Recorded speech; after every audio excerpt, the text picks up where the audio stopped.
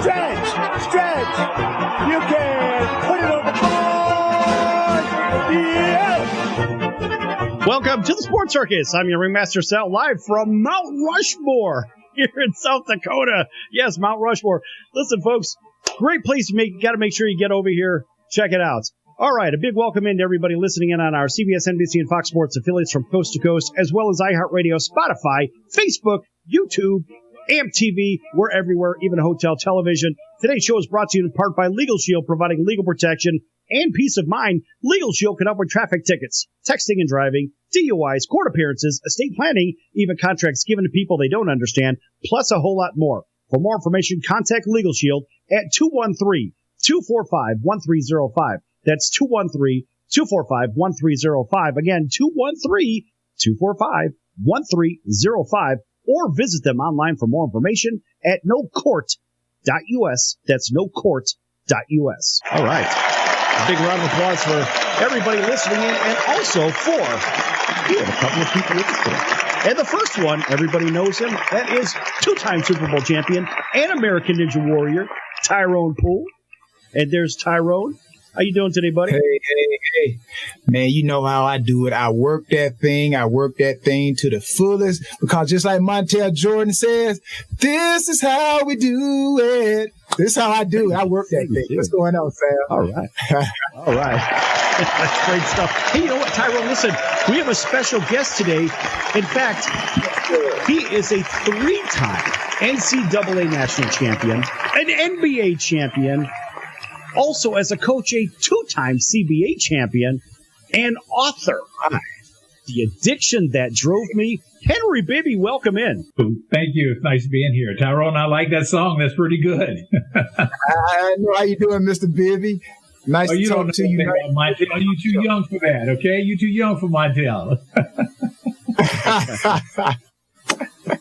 All right, so hey, Henry, look, with all your basketball accomplishments, with everything that you've been doing, let's get right into it. You are an author, and you've got a book that just came out recently, and people can find it, of course, on Amazon and pick your other favorite venue. Tell everybody about The Addiction That Drove Me. Well, you know, Sal, there's so many things that I try to cover in this book that would relate and help people that are on their way up in the sports world, in parenting and the divorce situation, kids, the buddy system in basketball, how to deal with the media. I cover so many things in this book, and it's just such easy reading. Good for young coaches coming up to understand what it's about. I talked about some of the experiences that I had that I'm trying to share with young coaches that don't make the same mistakes that I made. And that's what the book gets into a lot. It talks about the NBA, being in that system of the NBA and surviving in the NBA as a player and as a coach. So there were so many areas that I hit on that I think related to people. I just didn't want to do, basketball stories or so many career stories. I wanted to do a book that would self-help people and get through some of their situations where they look and say, well, gosh, this is tough. But, there are ways to get it going and to make things happen for yourself. Well, it's great to talk to another author, because I'm an author myself. My book is called The Ultimate Success in the Game of Life. And just like you, Mr. Bibby, my book is not about me talking about myself to a point, but it's 12 dynamic principles that I try to share with people that if they're looking for ultimate success in life, that's why the title is Ultimate Success in Life. So whatever it is in life that you want to achieve, this book is not to recant my life, but to tell you principles, which I think principles never change. People experiences changes, but the principle never changes. So my book, like yours, it's a self-help book. What are some of the things about your book that you would tell people if there were 3 things that you could pull out that book and say, if you do this, this, and that principle, I'm telling you, you will give yourself a great chance of finishing your race? Well, I'm not sure if I could do 3, Tyrone, but, there are a few things. I think there is something that drives all of us. We're driven by different things. People are driven for different types of success. I just think people, you have to figure it out quickly. No one is going to really tell you. What I did, I went to a lot of seminars to learn how to be a leader. There's a lot of things that you go through that helps you move towards the final goal, and that's what's going to be happiness within you. But I don't know if I can do 3, but there are quite a few things in the book, again, that would help people understand the footwork they need to keep going on. Who do you talk to? What counseling do you have? Is there a big brother or a big sister or a mentor that you can find that you can emulate or get information from them? But it's sometimes it's hard tries.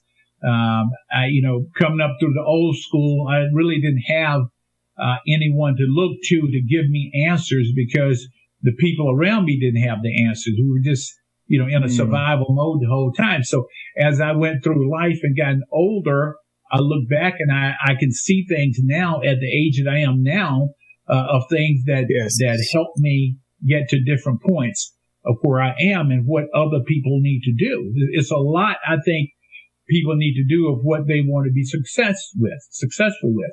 And success can't be compared to other people. Success has to be compared, in my opinion, on what you can bring to the table and do.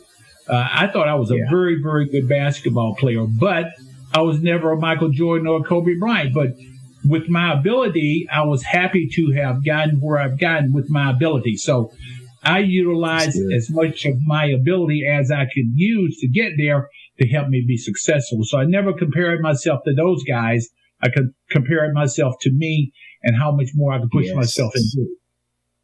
Yes. Okay, folks, back here with Henry Bibby, NBA champion, 3-time NCAA champion, 10-year veteran point guard, also 2-time CBA coach, and author of The Addiction That Drove Me. Also back here with 2-time Super Bowl champion and American Ninja Warrior, Tyrone Poole. Big welcome in to everybody listening in on our CBS, NBC, and Fox Sports affiliates from coast to coast, and those watching us on TV all over the country. Hey, Henry, let me ask you a question on this.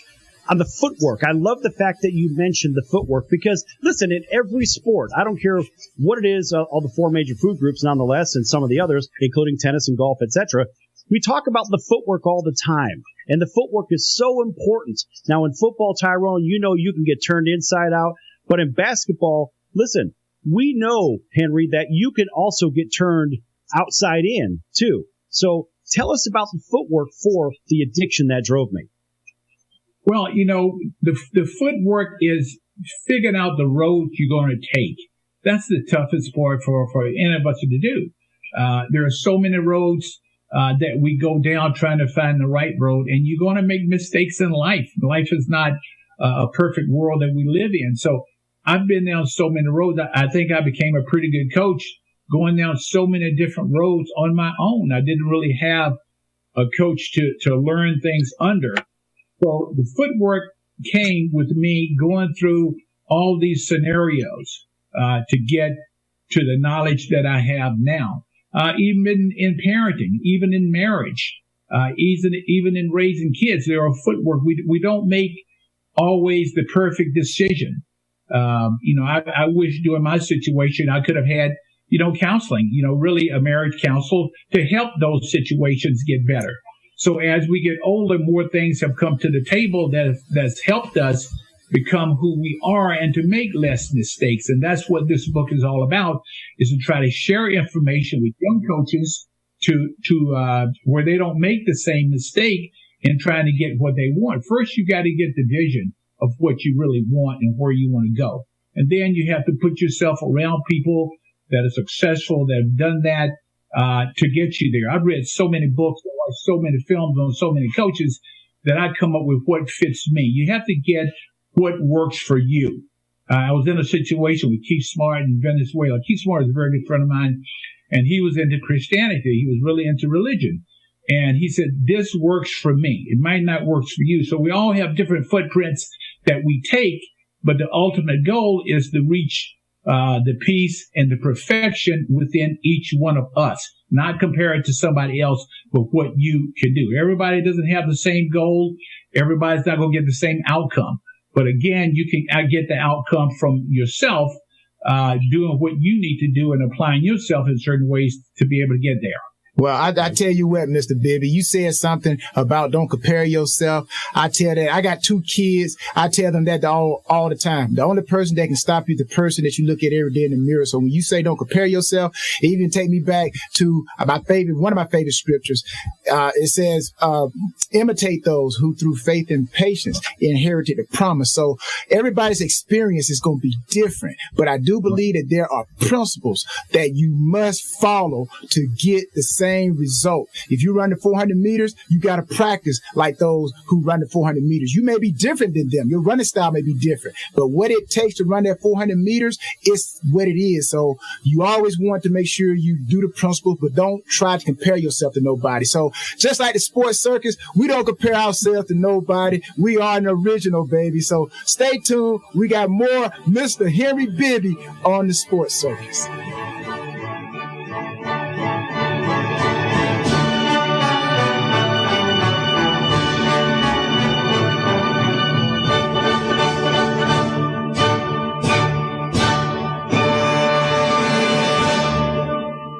Attention business owners, you and your customers are listening to this commercial right now. Face it, every business needs customers, even yours. The Sports Circus is a primetime nationally syndicated program that's carried on ABC, NBC, CNBC, and Westwood One News affiliates, plus CBS, Fox, and NBC sports affiliates across North America, with coverage from Hawaii to New York. Also, the Sports Circus is available to the 180 million subscribers on iHeartRadio, and the Sports Circus gets about 4 million website visitors per month, which could click through your website and bring sales. The Sports Circus provides great content featuring celebrity guests from sports and entertainment to our audience every weekday, which your company could greatly benefit from by increasing your visibility, foot traffic, eyeballs to your website, and calls from potential customers. Call us right now at 702-799-9935. Again, 702-799-9935. Or email us at info@thesportscircus.com. That's info@thesportscircus.com. Drive your sales today by advertising with the Sports Circus. Could you use a little extra money right now? If you'd like to borrow up to $100,000 and get pre-approved in minutes, call the number we'll give you at the end of this commercial. Our lending partners have already loaned millions of dollars to individuals just like you, and we're ready to lend you up to $100,000 if you qualify. Even if your credit is not perfect, you could use the money to pay off high-interest credit cards, for home renovations, or consolidate existing debt. You can get flexible, easy-to-pay terms. The consultation to find out if you qualify is free. To find out if you qualify for our special financing program, call this toll-free number 24 hours a day. 800-335-1376. 800-335-1376. 800-335-1376. That's 800-335-1376. Important terms and conditions apply. Not all applicants will qualify. Loan amount, annual percentage rate, and term will vary depending on creditworthiness. Applying does not guarantee approval. Account approval is subject to verification and confirmation of your credit history and acceptance by a lender. If you choose to apply for a loan through us, a consumer report will be obtained to evaluate your creditworthiness in connection with your application for credit. That's the sound of sizzling, dry-aged USDA Prime Wagyu and Angus steaks from UpperCutChops.com. Their best-in-class filet mignons, New York steaks, and the king of all steaks, the tomahawk and cowboy cut ribeyes are the best in the business. Even their Prime Wagyu burgers will likely be the best you've ever had. Browse the full selection of steaks and chops at UpperCutChops.com from the comfort of your home or on your mobile device. UpperCutChops.com delivers all-natural, dry-aged USDA Prime Wagyu and Angus steaks and chops directly to your door, without the hassle of going to the grocery store and fight crowds to pick from a small selection of average at best meats with injected steroids, fillers, and coloring added to look good. Find out what's for dinner at UpperCutChops.com or call 702-799-9935. That's 702-799-9935. 702-799-9935. Or make your selection directly at UpperCutChops.com.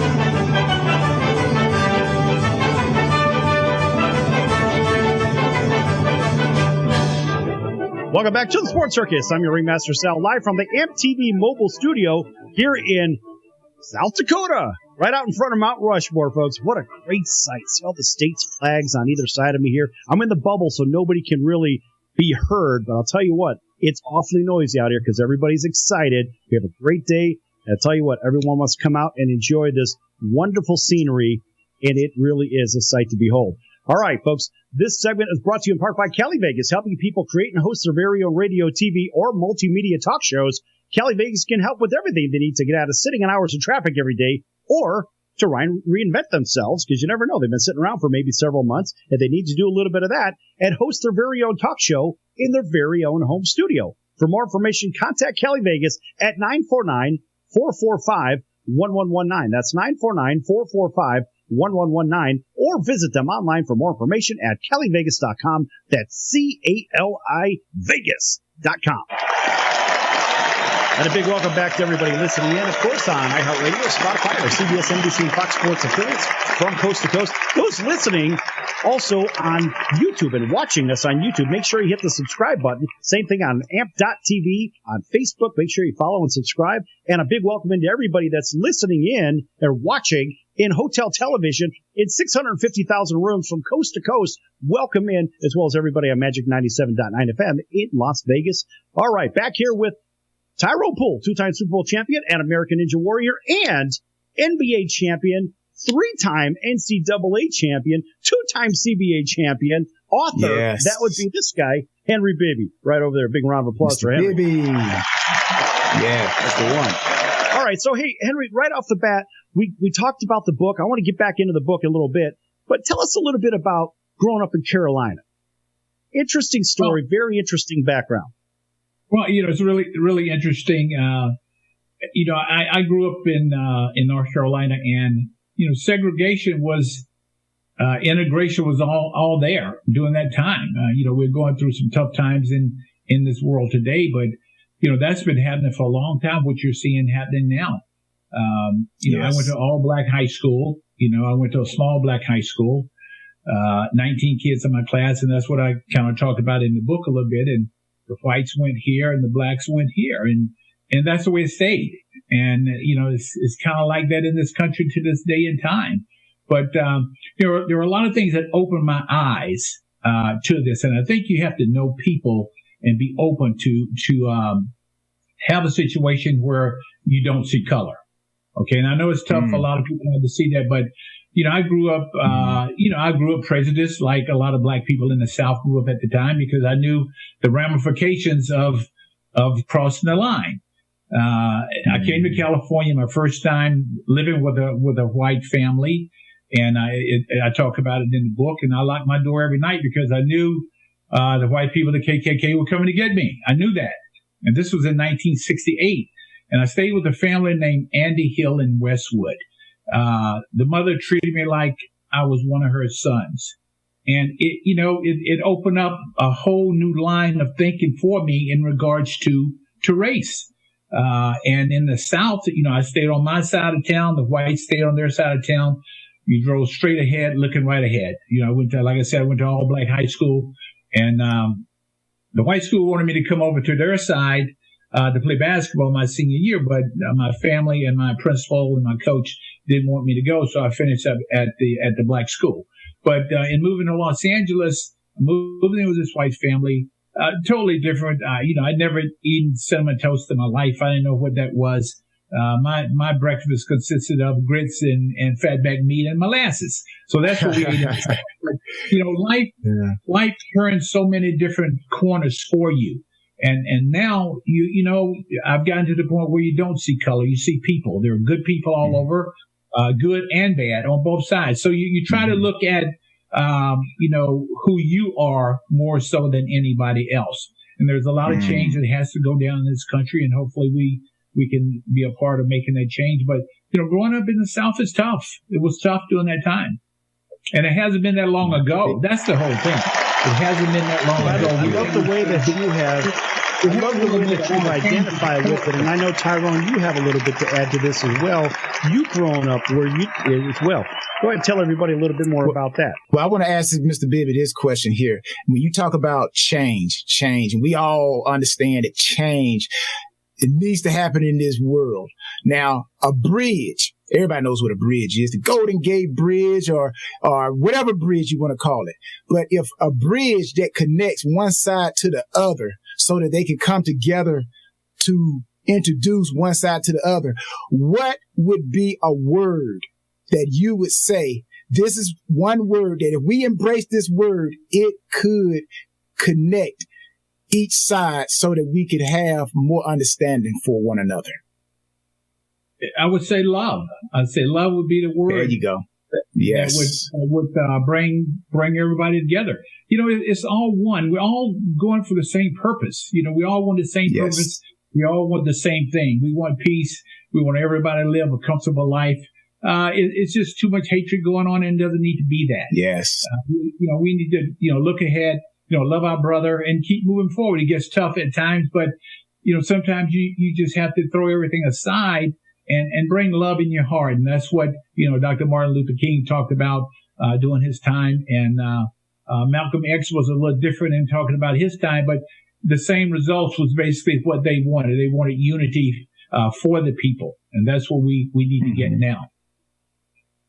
Yeah. And I've even shared life like this. I'll say this real quick. I give the analogy of dirty water. That's what the world is today. It's dirty water. And like you said, love is that clean water. So if we could pour more clean water into the dirty water, then the dirty water has no choice but to overflow and get out. And now that dirty water now becomes clean water because of love. So we're able to see clear, we're able to understand clearly, and everybody could be successful. So I definitely agree with you on that point. Everyone who's listening and watching, we are here with Mr. Henry Bibby. Man, it's almost like I'm sitting here talking to my grandfather, man. I'm like, come on, give me some of that wisdom. But no, you're full of wisdom. I say that all in due respect, but all those who are watching us, 650,000 hotels, everybody on CBS, NBC, Fox affiliates, all those in, Las Vegas, 97.9. Again, Mr. Bibby, it's an honor for you to be here on the sports circuit. So I know Sal got a question for you. He's been chopping at the bit to spit a question out. Go ahead, Sal. All right. So when we were on commercial break, you were talking about some of the other things about, like, for example, handling the media. How is it handling the media from the different levels, whether it was from high school to college to pro to coaching? Now, from an author standpoint, how do you handle the media in each of those situations? Well, I think you need a media coach. That I didn't have at SC, and that hurt me. I think I need to sit down, or every coach, young coach, high school, college, NBA, needs to sit down with a media coach and share information with them on how to deal with the press. I know it's tough, after games, and you just lost a tough game. Trying to answer some of the questions that they ask you. I've been there, but I think you need a coach that will be able to share information on how you deal with these questions, give you an overall view of basically what they're going to ask you, and be able to deal with it. I think if I had that at USC, I could have stayed probably another year or two along to enhance my career. But the media is not the enemy. I remember. Mm-hmm. Years ago, I got traded from New York to New Orleans at halftime. My wife came over at the time, came and told me that I was traded. And I flew on a flight with one of my best friends, who became one of my best friends, Pete Vesey, Hall of Fame writer with the New York Post, rode with me down to New Orleans on that flight. And he said, I'm going to be your friend. I'm going to be your enemy. But I'm going to write the truth about what's going on. So I took that from the media, and that really helped me in the way of trying to understand what the media is all about. They have a job to do. Yeah. Sometimes we make their jobs tough as coaches, and that's not fair to them. They have to ask tough questions. And when you do that, you're going to get some difficult answers at times. But if you have a media coach and somebody's interviewing you, doing your interviews, they can go back, and you should have a session with them to teach you how to enhance your position of being better with the media. All right, Henry, let me ask you a quick question. real quick, Henry, I want to find out, you want to stick around with us for one more segment? Sure, absolutely. Okay, good. All right, I just want to make sure that we left enough time for your social media. Real quick, tell everybody how they could find your book, would you? Well, you can go on Amazon, Sal. You can go on Kindle and get it. It'll be delivered out, September the 4th. It's an interesting book. It's easy reading, and it just shares some information. I'm not in there to beat up anybody. I'm in there to share some information with people and keep moving on. Yes. Back here with a couple of champions. We've got this guy over here that's won an NBA. We've got this guy who's won a couple Super Bowls. Tyrone, give us final thoughts and take us to break. All right. Well, I know Mr. Bibby hit on a lot of things, and one thing he mentioned about that media, I agree 100%. Myself, coming from a small college, Fort Valley State, HBCU, when I got to the NFL, they didn't teach us how to public speak or to handle the media. So when I got to the NFL, the media would come around me, and I still to this day, I feel like there are a lot of things I left on the table that the media could have helped me with to be more prosperous. But you know what? I learned. So now I'm teaching others, just like Mr. Bibby is teaching. So everybody hang around. We got more Sports Circus with the great Mr. Henry Bibby. See you when we return.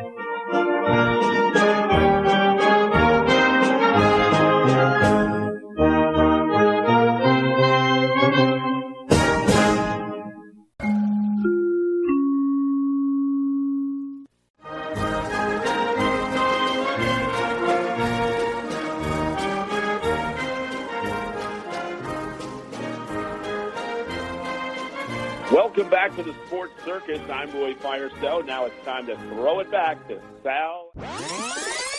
My favorite one had to do with the Green Bay Packers. And I love the fact that they dealt off Ty Montgomery because of a blown assignment. Green Bay isn't Green Bay unless they have a good running game. Then they can win 10 Super Bowls. The fact is, you don't have a running game. You've got 70% passing, and that's not where Aaron Rodgers needs to be. He needs to be in a position where he's got a running game to offset the passing game and so forth. I like the move. Green Bay didn't have a running game anyway, so all they're doing is saying, we're going to get rid of you because you don't follow instructions. Well, he made one of the most boneheaded plays I've ever seen. There's 2 minutes and 5 seconds on the clock. They traded him on Tuesday. They should have cut him on Sunday night. He shouldn't have been on the plane back to Green Bay. Right, they should have made him walk back to Green Bay. No, it was a terrible play. Now, he's not a stupid guy. He went to Stanford. Really? He's not a dumb guy. He's not a dumb guy, but he doesn't follow instructions. He made a terrible play. The fact is he didn't follow instructions. And you say he's not a dumb guy. His own agenda he put ahead of his team. I agree. Thus, he is a dumb guy. Right or wrong? Wrong. He just got selfish. You're not going to convince me that a guy from Stanford's a dum-dum. No!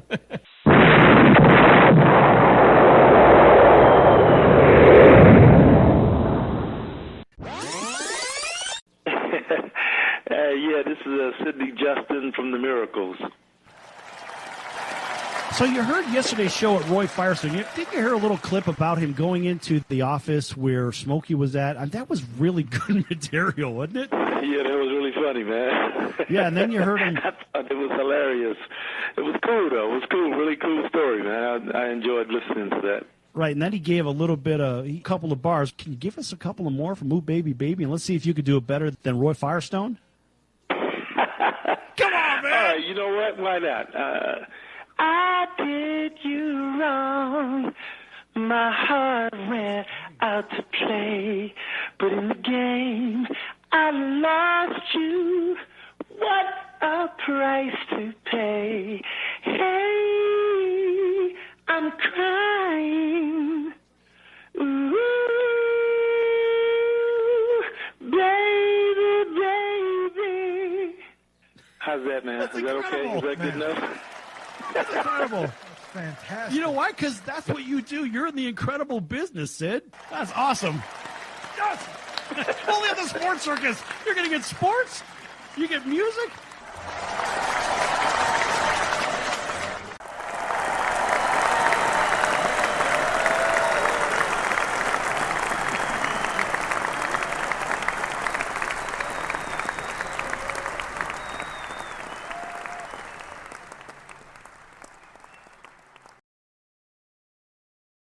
You're listening to the Sports Circus, and I'm Mike Golick.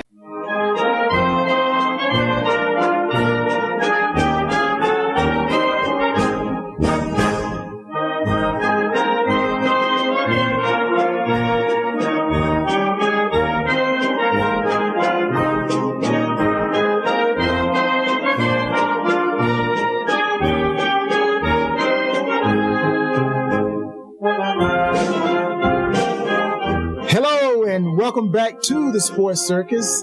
This is Tyrone Poole. You see my picture, you hear my voice. I want to welcome everybody who's listening to us in Las Vegas, the city that never sleeps, 97.9, and also those who are listening to us on CBS, NBC, and Fox affiliates. This segment is brought to you by the Tyrone Poole 38 Foundation. At the Tyrone Poole 38 Foundation, we are reforming, refilling, and restoring success in the family unit, whether the mother and father are together or not together. And how do we do that? We do that by holding special events, father and daughter events, father and son, mother and daughters. It's all about bridging the gap and bringing the family institution back, because the family institution is the foundation of anything going forward. So if you want to learn more or you want to donate, just go to Tyrone Poole 38 Foundation. .org. Can't forget that. Tyrone Poole 38 Foundation .o to the R to the G. Again, we have a great guest today, people. We have no other than Mr. Henry Bibby. He's an author. He's been a former NBA player. He's been a great coach, and he is here dropping golden nuggets. I'm telling you, if you missed out on any parts of this show, you need to go back and make sure you listen to it, because he's dropping things that I'm telling you will take you from being on the low level to the high level. Now, Mr. Bibby, welcome back to the Sports Circus. I want to ask you a question about the art of coaching. The art of coaching. Now, my daughter, I've coached my daughter. She's in college now. I've coached her and I've learned a lot of things that I've done wrong and things that I've done right.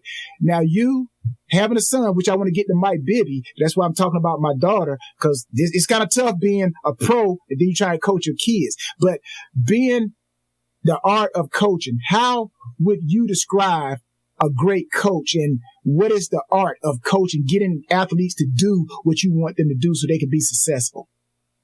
Well, I think it comes with experience. It's nothing you can read in a book on how to do it.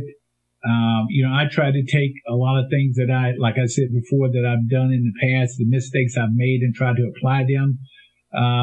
Mike was just a great player. We played, when he was young, and I used to beat up on him, and then it got to a point where he beat up on me all the time. So I just left him alone then. So he was a very, very good player. And, it's tough coaching your son or your daughter. It's really tough doing that because, they don't want to listen really anyway. But, again, you have to keep working at it. My whole thing is knowledge. I read a lot of books. I watched tons of tapes each year. As a coach, I would buy $2,000 or $3,000 worth of tapes on different coaches and just, looked at their philosophy and what they did, how they made their team, their players better, and picked out what fitted me. You have to get what works for you and what you're comfortable doing. So I went back and did all that stuff, and I was able to bring it to the table, but I learned a lot on my own on how to implement what I want to implement through all the people that I've worked with: Gene Shue, Red Holzman, Butch Van Bredekoff, Coach John Wooden, my high school coach. All these people I took things from. And I don't know if you can just be a coach to be a coach. A lot of coaches have been in the NBA. They've been video guys. They've played in the NBA. They've coached in the NBA. They've been college coaches. So you just got to keep learning as you keep moving from one position to another. At SC, I should go to leadership conferences where big CEOs of companies. I learned how to run a company. The whole thing that I did was run my company. SC was like a factory, a big factory where all these 15, 16 players were under me. How did I deal with the athletic department? How did I deal with the president? There's so many angles you have to look at doing things to get that knowledge to be able to share with people where you're not making a mistake. You're mostly a psychologist. That's what you are in dealing with people. Yes. Hey, Henry, let me ask you a question on the transition from team to team, but also I want to talk about the transition of teams moving cities. So Las Vegas, as you know, has a hockey team. They've got a football team. Likely they're going to have a basketball team, and I think a team is going to move there. I don't think you're going to see a new team show up. And I had thought in my mind that two of the teams could be either the LA Clippers or the possibility of the New Orleans Pelicans. Now, you played for the Clippers organization, and you played in New Orleans as well. How difficult is it for a coach to take its team that had just moved to a different city, and let's just say they were on the uprise, right? Let's just say they're doing well, and that's why the coach stayed in place, right? So there wasn't a drastic change in the management of the team. How difficult is it as a team executive or a team management member to transition from city to city and deal with the media and the press in the new city with the high expectations? Because I think, in my opinion, Las Vegas is going to get a basketball team within the next couple of years. Yeah, we live out of a suitcase, Sal. That's what we do. We can pack up and go any place and coach. So it's not a problem relocating to coach. You have to have good public relation people that can get out there and beat the bush. And I'm sure before a team moves, the NBA has gone to drastic steps to find out if a city will support an NBA team before all that happens. So when you go into a new city, a new arena, things are basically set for that team to work because the NBA has done so much background check on these different cities that it's not going to be a problem to move in. But us as coaches, if you look at my resume, I've coached every place you could possibly coach. So it's not a problem. You close the suitcase, you put your suit on, and you keep rolling. It's kind of like Tyrone said, you keep moving, you make it happen. Right. Well, there's a reason I asked that question. By the way, folks, a big welcome back to everybody watching on Hotel Television and, of course, listening in on our CBS, NBC, Fox Sports affiliates, iHeartRadio, Spotify, and everywhere else around the country. Here with two-time Super Bowl champion and American Ninja Warrior, Tyrone Poole, and NBA champion, three-time NCAA champion, and two-time CBA coaching champion as well. That would be Henry Bibby. Big round of applause for these guys right here. I'm surrounded by success, which is great news. Henry, I had a conversation with one of the gentlemen that owns one of the WNBA teams, and it was recently, and I asked him, I said, how difficult was it for you to break the news to your fan base that, oh, by the way, we're going to another city next year, so if you want to follow us, you're going to have to follow us in a rival city, mind you. How difficult would you think it is for the management and the ownership side? Technically, that's really where I'm going with it. And how do you have to take the heat as a coach or as a player? Because, well, hey, you guys left this city. Well, that's not really our choice. But how much heat did you have to take if that were the case? Well, you take some heat, but you get a fan base in the city that you're going to, so it's not really a problem. Yeah, it's kind of like LeBron leaving Cleveland. They hated him at the beginning. He, after one or two games, he was okay coming back, and he went back to that city and he was still good. It is difficult to do that because a lot of these teams have laid the groundwork to be successful in that city, and you do build a big fan base. Yeah, it's tough when you're moving. But this is a transient business. You're on the go when you're in pro sports, and you're from team to team at times. I played on 3 or 4 different teams, so you make that move, and when you go back to that city, there are fans who still love you. There are fans that will always love you in some of those cities, but they have their allegiance to the city they're in. So if the team moves to another city, then they're going to be for their team that's moving in. Now, as a player, as a former player, as a coach, former coach, and as a father, how important was religion or is religion in your success to where you are today? Well, Tyrone, it helped me a lot. It changed my life completely years and years ago when I became a born-again Christian at that time. Yes. I couldn't believe it. I had a situation where I did a video. It was called Video of the 90s, years back in the 90s. And I was on the dais with the late, great, rest in peace, Lute Olson, the late, great Jerry Tarkanian, rest in peace, and Tara Vanderveer. You're talking about the 3 of the greatest coaches at that time at Arizona, UNLV, and Stanford. And little Henry Bibby, who had coached in the CBA, was on the dais with these guys. And before that, God had cleared my life and a lot of things had happened. And I just couldn't believe that he put me there. He said, I'll put you where I want you to be. And that's how I got the job at SC. He said, I'll put you there when I'm ready for you to be there. So during that time, he put me on the dais with those guys. And, I couldn't believe how powerful the word of prayer was and faith was at that time to get me in that situation. So it is powerful. And, families are important, to get good family support and just to get good support, period. You have to have a base of good things around you. And if you're in that Christian faith, as you have to have that milk and honey every day. You have to have a nice base, a nice, good church base that you go to and people being around you that make it happen. All right, Tyrone, go ahead, get us out of here. Well, you know what? I thank God for this show. I thank God for Mr. Bibby. I thank God for everybody who's watching and listening. And I know you're going to keep faith in the show, and we're going to see you when we return with more Sports Circus.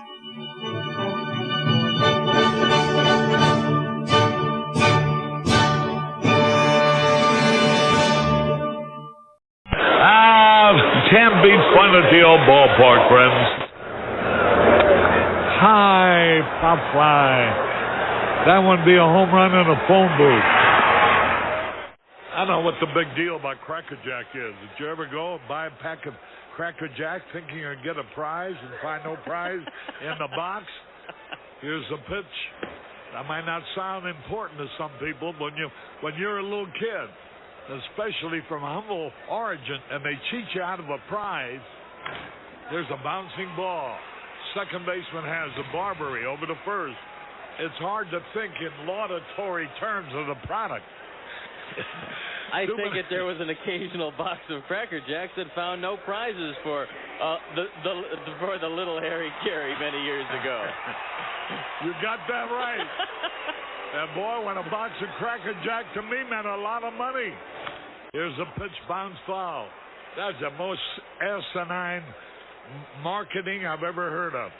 1 ball, 1 strike. These guys say, well, you sing about Cracker Jack. I said that I only sing it because it's in the song.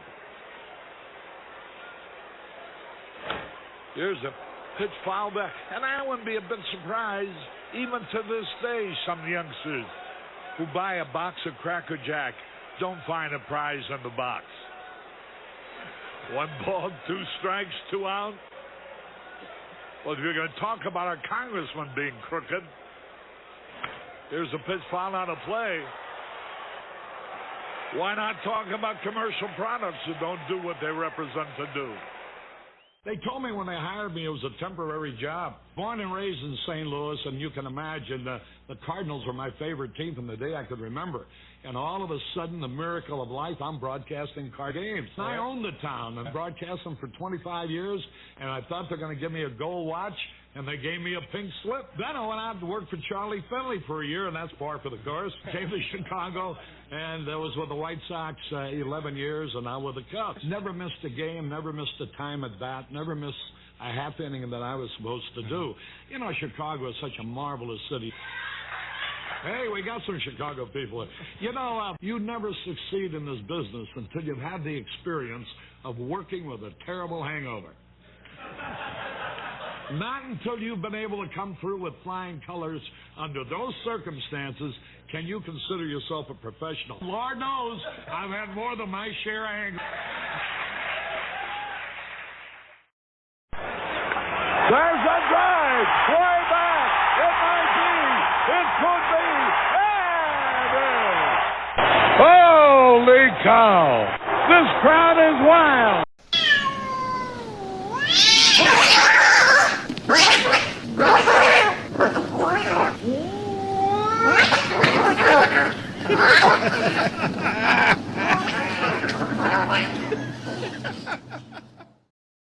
You're watching the Sports Circus, and I am Brian Erlacher.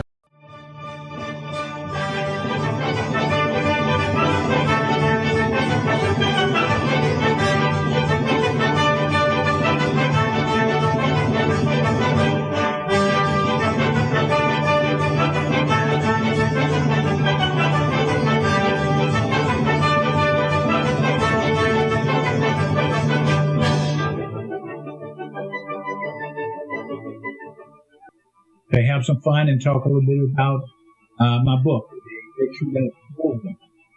Interesting book, easy reading. Like a lot of people go down and take a look at it. Hopefully it pertains to your life. It's more of a self-help book than it is anything else. Sharing some of my experiences, being able to get the information out that it'll help some people along the way. So I'm happy to be on the show, and I thank Sal and Tyrone for having me on. It's good. A lot of fun. Round of applause and welcome back to Henry Bibby. Of course, that's who that was. In case everybody you've been living under a rock probably know who this guy is. He's won a little bit. He won a little bit of college basketball, like 3 championships. One in the NBA. Yes. Also won as a CBA coach. The guy's won everywhere. And just like this guy over here, this guy's won a couple of Super Bowls over here. And also as an American Ninja Warrior. Big welcome back to everybody. All right. Big round of applause for both of these guys.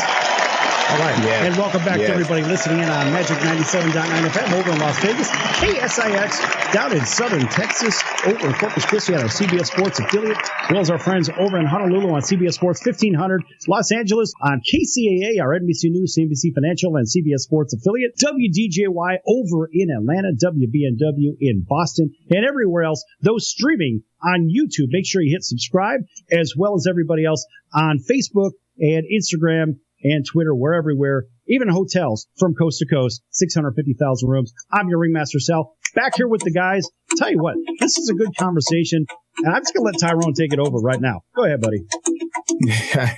Well, I tell you what, I enjoyed it. I'm definitely going to make sure I stay in touch with you, Mr. Bibby. I love being around people with wisdom, because I definitely believe when you're around people with wisdom, then any plans that you are able to filter through them will be successful. So one question I want to ask you now, again, myself being an author, I've written a book, and there's some things that I look back on, I'm like, man, they took advantage of me here. Now, you being a writer, is there anything that you have discovered, or what is the most unethical practice in the publishing industry that you have come across? Well, I haven't really had anything yet, Tyrone. I'm sure there will be, but it's been a good experience. It's been a long time coming. I've been doing this book probably 10 years or more, just writing off and on, trying to get someone to help me with the book. To get it to the point where you can get it to a publisher to publish it. But it's been a lot of time spent on trying to figure out some of the things that's involved in some of the things that I want to get out there. Again, not in an angry way, but in a way that it would help people share information where life is better. Yeah, and I tell you one of the things why I asked that question. Where I asked that question because, again, being an author myself, there's one thing that I could go back and I could change about the first publishing company that I went with. I would say it's all about the contract, because it's like a 80-20, and the publishing company, they get 80%, and then the author gets 20%. So when the book first comes out, the publishing company, they're the ones that are going to get all of the money when it goes to the Barnes and Nobles and Amazon and everything like that. So whenever I would go to a book signing, I would tell people, they would ask me, well, can I find your book on Amazon and this and that websites? I would say yes, but go to my personal website, because the publishing company gets their set of books, and the author gets their set of books. So I would always tell people, go to my website, because when they go to my website and buy it from my website, I get 100% of the proceeds. And as the years go by, the contract numbers actually diminish. So it'll go from 80-20 to start out to maybe 70-30, then 60-40. And then about the time it's 50-50, the book has been out for about 5-10 years or so. So really it's kind of the momentum has slowed down. So if there was one thing that I would tell, encouraging writers, publishers that have a book, that make sure you handle that contract in a way. It's kind of like sports. You want to get your money up front from these owners. You don't want to wait until the end when your career is almost over. So, but that's. I agree totally with you. I agree totally with you, Tyrone. My whole thing is, I'm not interested really. You want to sell books, but if I have to depend on monies from this book to live on, then I'm in trouble. So I'm not. my whole concern is not so much, money on the books. I'm not My whole thing is the message that I'm trying to get out to people. Yes. Of course, I like to be a million seller, but I don't know how realistic that is. But again, if I can help some people with some things that I'm sharing, at this stage of my life, my age, that's what I'm looking to do. Now, if I was 25, it might be a different story, and I might be able to sell a different story of the book. But right now, it's more for me to get out information on how do I help young coaches? How do I help them become successful coaches? How can a parent look at me and say for my parenting situation what they would have done differently? That's all I'm trying to do is get out there and divorces are tough. I share a little bit about divorce. It's very, very tough to do, with families, going in different ways. So how do you circumvent that to help a family that's going through a divorce? We have 65% of the people are in divorces these days. So how do we lower that number?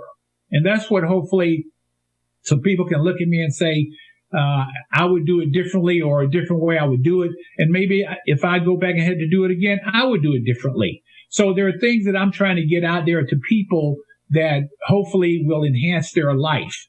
And again, if I have to pay my mortgage through this thing, I'm going to be calling you to come over to your house and stay with you for a few days, okay? Now, I'm going to jump in real quick. I got to ask about the marriage, because I have a philosophy as well when it comes to marriage. But I want to ask you, Mr. Bibby, if you're speaking to a high-profile person, meaning the person who is young and they got to grind, they spend 100% of their time in their particular activity, whether it's corporate America or it's athletics, what marriage advice would you give to that person as far as should they get married at what time of their particular career? Should it be the beginning? Go ahead and find that woman or that man right now, or wait until the middle, or wait until you kind of go towards the end? What would be your marriage advice to a high profile person who's trying to build their career? Well, it's nice to ask me. I haven't been successful at that. I wasn't successful at that, but that's good to ask me. I think at the beginning, before the marriage come on, I think you have to sit down with that person, and let them know who you are and what you do and where you're going to be, and find out about her just as much. Where is she from? What kind of background she's from? Knowing that you're a sports person, you're a coach, this is what your life is going to be like. You're going to be on the road, 85% of the time. You're not going to be able to see all the basketball games and go to all the little league games. So you're going to have a wife that's really strong, who understands your position, who can hold the fort down at home. When you're out on the road, when you're gone, you have to be thick-skinned. There are going to be a lot of people looking at you as an athlete. There's going to be a lot of people coming around, but you got to be committed to the marriage life. That's what you have to be. And that's the vows that you take, going into it. But you have to have two strong people that want the same goal, a family, working in the same direction every day.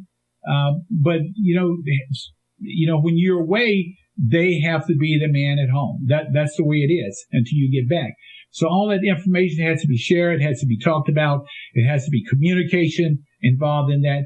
Then it works. But again, you have to know the person that you're marrying, that they understand going into the situation. It's a sports. Sports is a different guy. The same thing with a CEO that stays at the company, half the night. I mean, the wife has to understand that. And if you don't understand that, then you're going to have problems. All right, a big welcome back to everybody listening in on our CBS, NBC, and Fox Sports affiliates from coast to coast. Those watching us on Hotel TV, also on all of our social media, whether it's Facebook, YouTube, Twitter, you name it, we're there. Back here with Henry Bibby, and he is a three-time national champion and NBA champion and a CBA champion times two, as well as this guy over here, and that would be Tyrone Poole, two-time Super Bowl champion and American Ninja Warrior. Right. Welcome back to everybody. All right, so Henry, listen, in the last couple of minutes, I want to know, how can everybody find the book that you've written, The Addiction That Drove Me? You can get it on Amazon. You can get it on Kindle. That's where we have it right now. Then we're going to do some more promotion work on this as we move along with some book signings at different places. So it's going to be there out for people to find, and we're going to get it out there once we get this going. So I'm very happy with it, very pleased with it.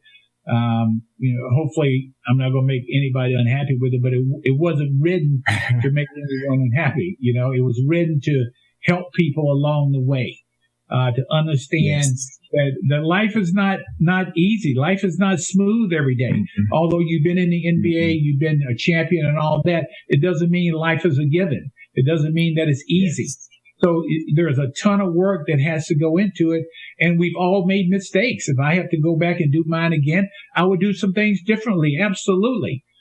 But again, you don't have a chance to relive most of that, but what you have a chance to do is try to circumvent some of the things that you've done wrong and make amends to that and keep moving on. Okay, real quick. Also, Henry, how can everybody follow you on social media, and do you have a website? We don't have that yet. That's coming out. Tyrone is saying, that the publishing company will be doing a lot of that as we move forward. I want to, get on your show because you and I go back 115 years. And just like George here over my shoulder. Yeah, just like George. So, I knew I could get on with you and talk a little bit about it, but we haven't really hit the release button, so to speak, to the point where it's really out there. But it will be in the next couple of weeks. With the pandemic going on, everything's been pushed back. So we're kind of, waiting a little bit to get everything back into play again. All right. Final words, Tyrone. Well, you know what? Just like Mr. Bibby said, I consider life like a roller coaster. There are highs and lows, and it's the lows of life that help you to handle the highs of life. So if you don't want to get on that roller coaster ride of life, I'm telling you, you might as well go ahead and put yourself in the grave. But if you're going to live in this world, you got to learn to handle the lows of life that will teach you how to handle the highs of life. So the roller coaster of life. But it's a great life. It's good. You need the highs and lows. All right, Henry, it's always a pleasure having you on. Henry, you can come on anytime you want to, as you know that. I appreciate that, Sal. That's 115 years. Okay, good. Yeah, I've known you a long time. So I appreciate you having me on. Thank you very much, Tyrone. I love talking to you. Your ideas, your philosophy, I love. Keep that foundation going like you. That's a great foundation. Unbelievable foundation. Thank you, sir. I appreciate it. And good luck to you on your book and everything else in life. Thank you. Get us out of here, Tyrone. Well, you know what? This brings us to the end of this ride. Choo-choo is over. I know you don't want to go. We'll see you on the next episode of the Sports Circus. We're out of here.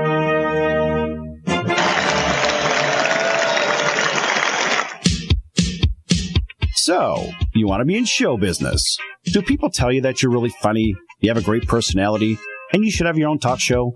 Many of us have been told that, but we don't know how to get started. It's easier than you think. Let the pros at Cali Vegas give you a free talent evaluation. Call 949-445-1119.